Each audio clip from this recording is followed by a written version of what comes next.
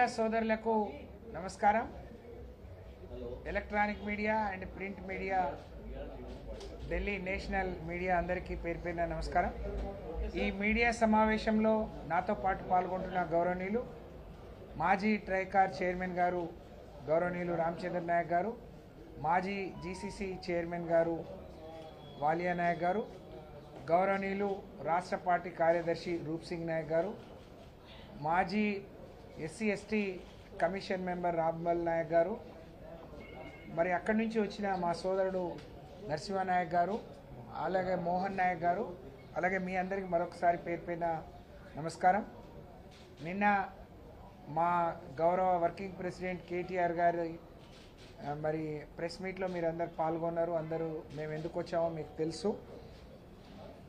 11వ తారీఖున లగచర్లలో ఒక దుర్ఘటన జరిగింది. ఆ దుర్ఘటన దేనికి తక్కువ కాదు. నిన్న కేటీఆర్ గారు చెప్పినట్టు వాళ్ళొక మణిపాల్ కావచ్చు, లేకపోతే ఇతర సంఘటనలో పోల్చి చూసినప్పుడు అది కూడా ఏం తక్కువ కాదు.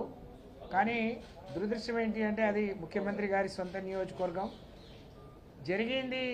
జరిగిన దాడి బాధపడుతున్న వాళ్ళంతా గిరిజనులు, మా ఆదివాసీ బిడ్డలు కాబట్టి, మారుమూల తండ కాబట్టి అది ప్రపంచానికి తెలియటానికి ఆ సంఘటన యొక్క మరి పూర్తి ఇది రావడానికి కొంచెం ఆలస్యమైంది.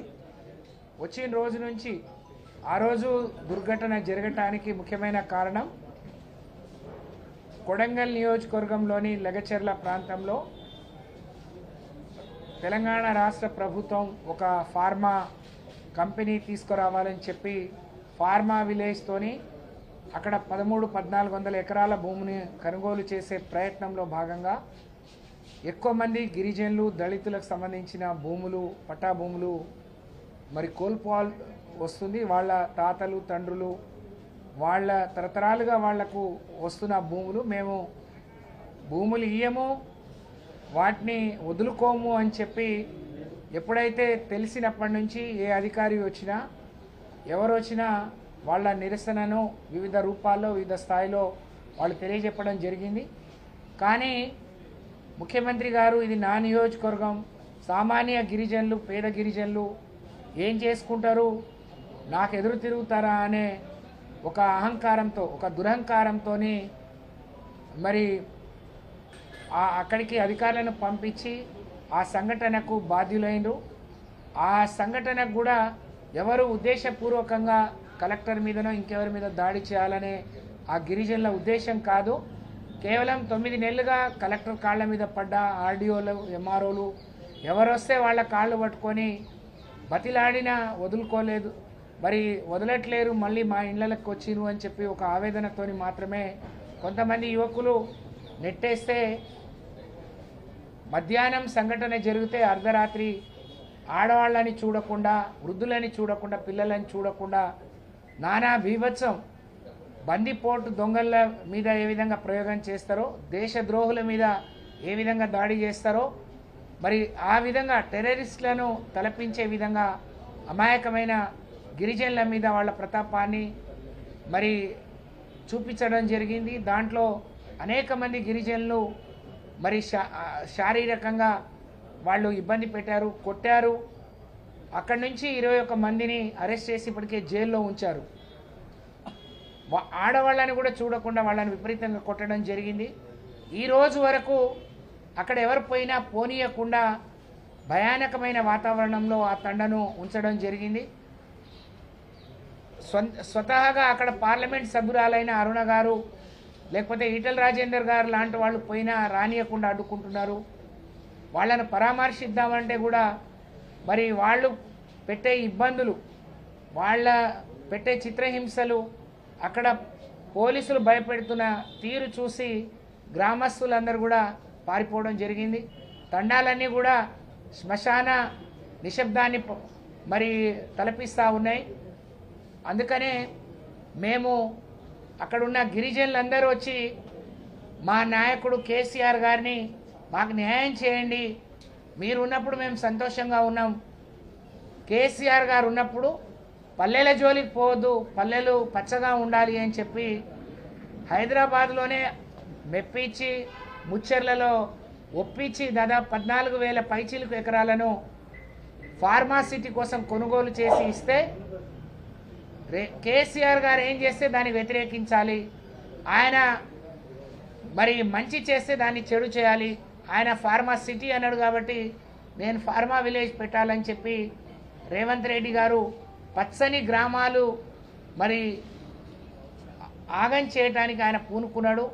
పచ్చని పంటలు చూస్తే ఆయనకు కళ్ళలో నిప్పులు పోసుకొని ఈరోజు ఓట్లేసి గెలిపించిన ప్రజలు మాకు ఎమ్మెల్యే ముఖ్యమంత్రి అయితే మేము బాగుపడతామని ఆశించారు. కానీ వాళ్ళకు తీరని ద్రోహం మరి తీరని అన్యాయం చేస్తూ వాళ్ళకు కనీసం అడిగే ప్రశ్నించే హక్కును కూడా కోల్పోతూ జీవించే హక్కును కూడా కోల్పోయే పరిస్థితి ఈరోజు లగచెర్లలో దాపురించింది. కాబట్టి వాళ్ళంతా కేసీఆర్ గారిని కలిసే ప్రయత్నంలో కేటీఆర్ గారు వాళ్ళని కలిసి వాళ్ళకి ధైర్యం చెప్పి వాళ్ళ భర్తలు జైల్లో ఉంటే వాళ్ళని కూడా పరామర్శించి వాళ్ళకు మద్దతు ఇచ్చిన నెపం మీద మా మాజీ ఎమ్మెల్యేని కూడా అరెస్ట్ చేశారు. 21 మందిని అరెస్ట్ చేశారు. అనేక మంది మీద కేసులు పెట్టారు. భూములు ఇవ్వకపోతే ఈ ఇన్సిడెంట్ ఇంత పెద్ద సంఘటన జరిగిన తర్వాత రేవంత్ రెడ్డి గారి మరి గిరిజనులను భయభ్రాంతులు చేస్తున్నారు, మేము అక్కడ ఉంటే బతకలేము అని చెప్పి అక్కడ ఉంటే ఆయన అధికారాన్ని అడ్డు పెట్టుకొని అధికారులు కూడా స్పందించి మాకు న్యాయం చేస్తారనే మరి ఆశ మరి వాళ్లకు సన్నగిల్లిన తర్వాత ఢిల్లీకి రావడం జరిగింది. నిన్న ఢిల్లీలో ముందుగా మానవ హక్కుల కమిషన్ సభ్యులను కలిసాం, తర్వాత ఎస్సీ కమిషన్ చైర్మన్ గారిని కలిసాం, ఎస్టీ కమిషన్ మెంబర్ గారిని కలిసాం, అలాగే మహిళా కమిషన్ మెంబర్ని చైర్మన్ గారి పేరిట రిప్రజెంటేషన్స్ కూడా ఇవ్వటం జరిగింది. వాళ్ళు చాలా పాజిటివ్గా స్పందించారు. సంఘటన జరిగిన పూర్వపరాలను బాధితుల నుండి తెలుసుకున్నారు. మరి మేము ఆశిస్తూ ఉన్నాం. నిన్ననే ఎస్సీ కమిషన్ సభ్యుడు కూడా అక్కడ పర్యటించారు. అలాగే వాళ్ళు స్పందించిన తీరు చూసి తప్పకుండా బాధిత గిరిజనులకు ఆ మహిళలకు మరి కొండంత నమ్మకంతో విశ్వాసంతో ఇక్కడికి వచ్చిండ్రు, వాళ్ళకి న్యాయం చేస్తారని మేము ఆశిస్తూ ఉన్నాం. వాళ్ళు 2-3 రోజుల్లోనే డీజీపీకి సిఎస్కి మేము డైరెక్షన్ ఇస్తాం, మళ్ళీ జైల్లో ఉన్న వాళ్ళను కూడా వదిలిపెట్టండి, ఫర్దర్గా ఎవరిని అరెస్ట్ చేయకండి, మరి గతంలో ఉన్న వాతావరణం ఆ తండాల్లో నెలకొల్పే విధంగా పోలీస్ యంత్రాంగం కానీ రెవెన్యూ యంత్రాంగం కానీ చర్యలు చేపట్టండి అని చెప్పి మేము ఆదేశాలు ఇస్తామని చెప్పారు. మాకు మరి పూర్తి నమ్మకం విశ్వాసం ఉంది, వాళ్ళు కూడా చాలా నమ్మకం విశ్వాసంతో ఉన్నారు, వాళ్ళకి న్యాయం జరుగుతుందని. అలాగే నిన్నటి నుంచి గౌరవ మరి భారత రాష్ట్రపతి గారిని కూడా కలవటానికి మేము ప్రయత్నం చేస్తున్నాం. ఒక మెయిల్ కూడా చేయమనంటే చేసి ఈరోజు కూడా ఎదురు చూస్తూ ఉన్నాం. అక్కడి నుంచి ఇంకా పూర్తి మాకు సమాచారం రాలేదు, అపాయింట్మెంట్ రాలేదు. కానీ మీడియా సోదరులందరి మరి ద్వారా నేను ఈ రాష్ట్ర ప్రభుత్వాన్ని ముఖ్యమంత్రి గారిని ప్రశ్నిస్తూ ఉన్నాం. ఈరోజు ఈ రాష్ట్రంలో ఉండే గిరిజన సంఘాలు, లంబాడి హక్కుల పోరాట సమితి కానీ, ఆల్ ఇండియా బంజారా సేవా సంఘ్ కానీ, సేవాలాల్ సమితి కానీ, వివిధ బంజారా సంఘాలన్నీ కూడా లగచెర్లకు పోయి మా గిరిజనుల గోడు తెలుసుకుంటాము అని చెప్తే అరెస్టులు చేస్తున్నారు.